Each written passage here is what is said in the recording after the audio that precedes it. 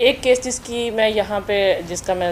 ذکر کروں گی وہ 302 کا ہے، مرڈر کا کیس ہے۔ جب میں وہاں پہ گئی تو وہ لڑکی جو تھی وہ بے ہوشی کی حالت میں تھی اور وینٹیلیٹر پہ تھی۔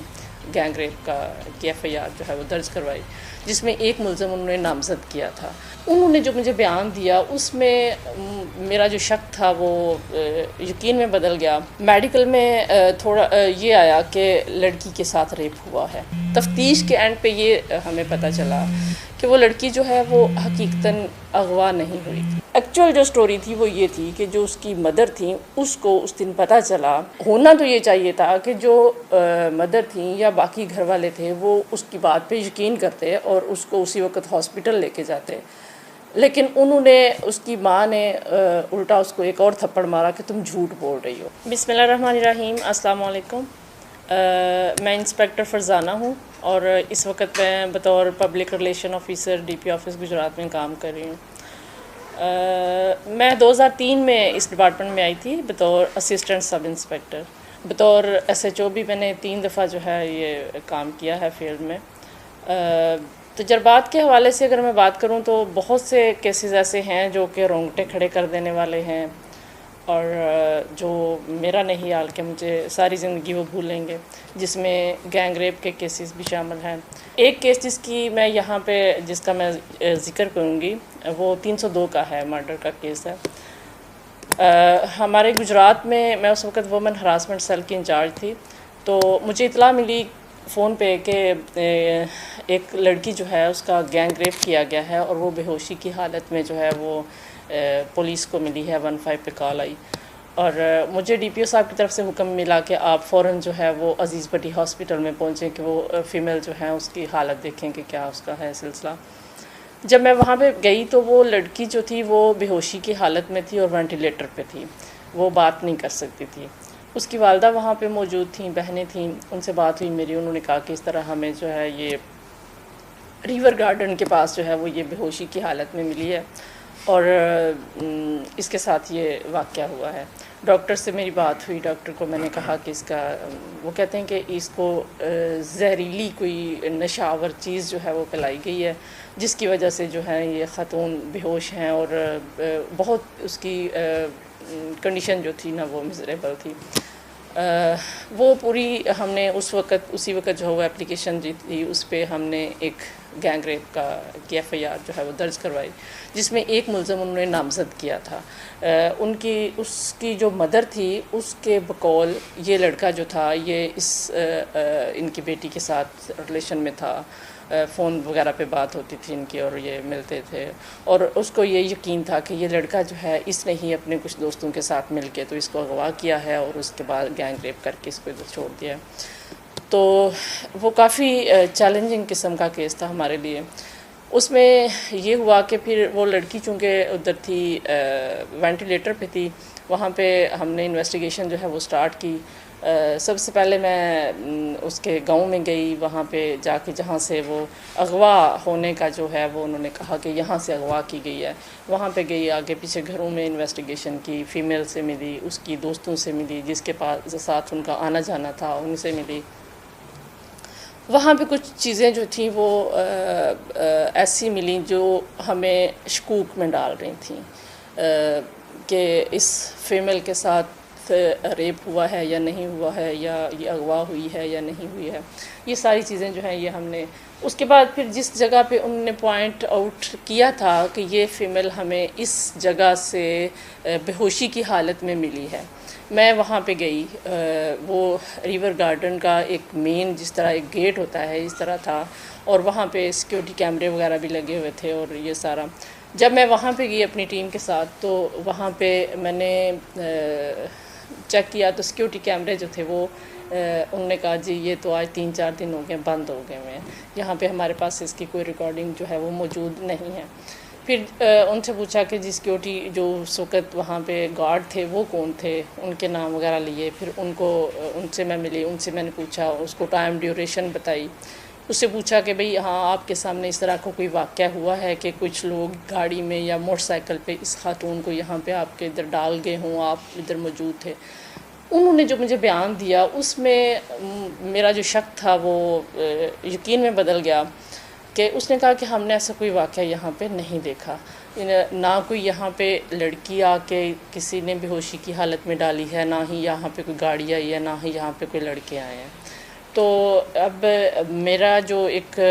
تھا انویسٹیگیشن حص جو تھی، اس نے کام کرنا شروع کر دیا کہ اب ہم اس کو دوسری سائڈ پہ چیک کرتے ہیں کہ اس میں جو ہے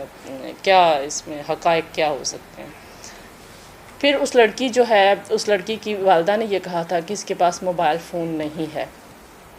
لیکن جو لڑکا نامزد تھا ملزم، وہ ہم نے اسی دن گرفتار کر لیا تھا۔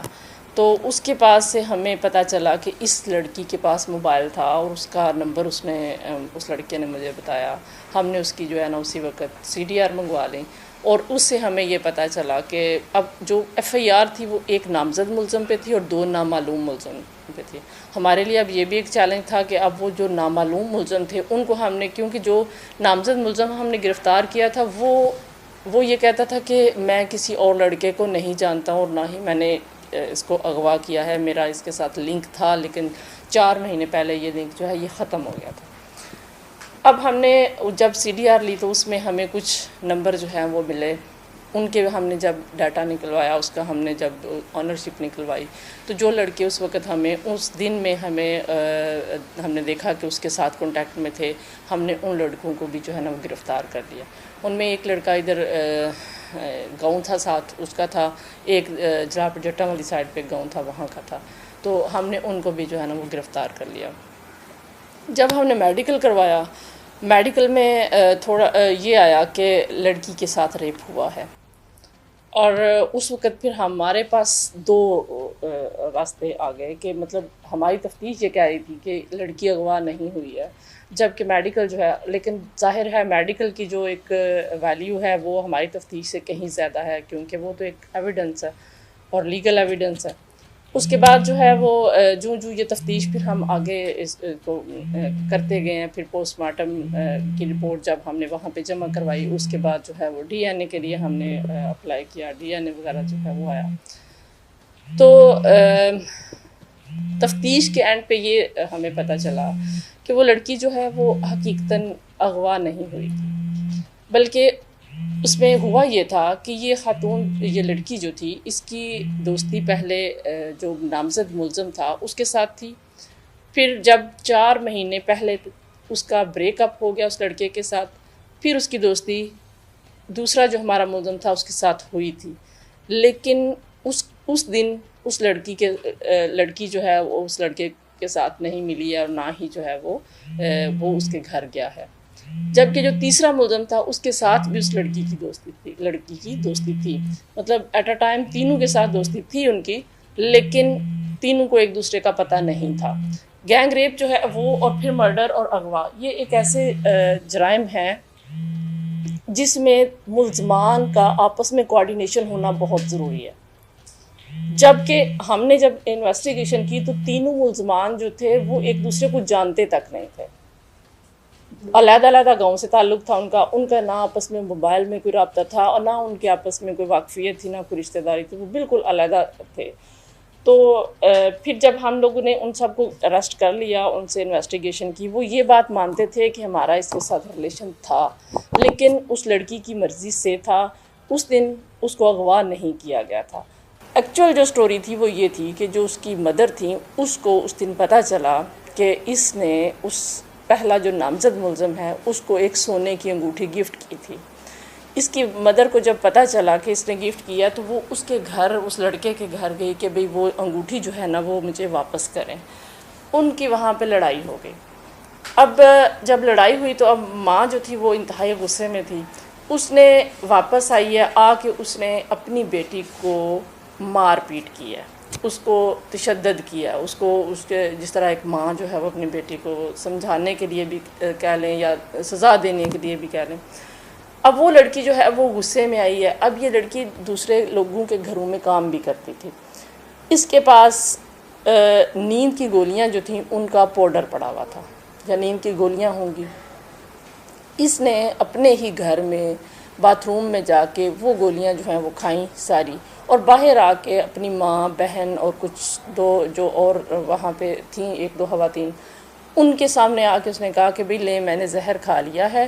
اب میں مرنے والی ہوں، آپ نے جو جو کچھ مجھ سے پوچھنا ہے پوچھ لیں۔ اب ہونا تو یہ چاہیے تھا کہ جو مدر تھیں یا باقی گھر والے تھے وہ اس کی بات پہ یقین کرتے اور اس کو اسی وقت ہاسپٹل لے کے جاتے، لیکن انہوں نے، اس کی ماں نے الٹا اس کو ایک اور تھپڑ مارا کہ تم جھوٹ بول رہی ہو۔ اب جب دیکھا کہ اس کی حالت اب خراب ہو گئی ہے، وہ بے ہوشی میں جا رہی ہے، تو پھر وہ اس کو خود وہاں سے گھر سے رکشے میں ڈال کے تو عزیز بٹی ہاسپٹل لے کے گئے ہیں۔ وہاں پہ جب جا کے وہ دیکھا کہ اب بے ہوش ہو گئی ہے، تو پھر انہوں نے اس وقت پلاننگ کی کہ ہم وہ جو